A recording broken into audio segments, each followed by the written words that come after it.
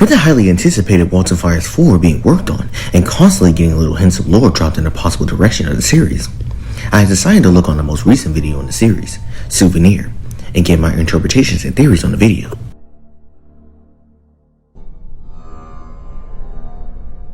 Within the video itself, we don't see anything too revealing, with it taking place inside the K9 facility. Inside the dark warehouse, we see various objects hanging from the ceiling, with these objects being bottles, the sign for Bond's Burgers, a wrench, a statue with flowers connected to the side of it, and a baby doll,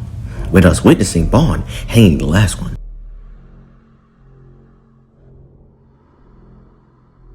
With the items themselves, I theorize that they represent items from all of Bond's past and or future victims, hence the Souvenir title of the name, with Bond taking these items as a killing the people associated with them. The bottles represents Felix, who has a long history with alcoholism, whose alcoholism was eventually kickstarted the events of the series itself, with the accidental deaths of Ed and Molly.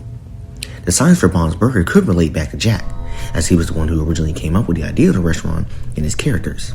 and was the one most involved in the company after Felix, although it could alternatively relate to Felix as well. The wrench could be Susan, who was the technician for the robots within both the restaurant and the K9 facility, and would eventually be killed by Vaughn. The flowers represent Rosemary, as she is stated to have a deep love for flowers. Lastly, the doll could represent the titular Sophie herself. This could imply that Bond could eventually get his hands on both Felix and Sophie sometime in the future, and potentially even kill them in the process.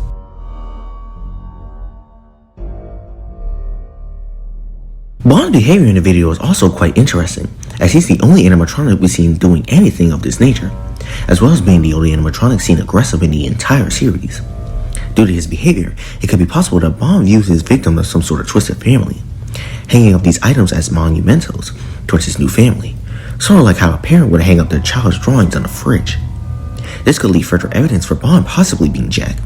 and this could lead some insight into a previous theory I had, where the spirits of Ed and Molly within the Rocket Doll are manipulating and controlling Bond into killing,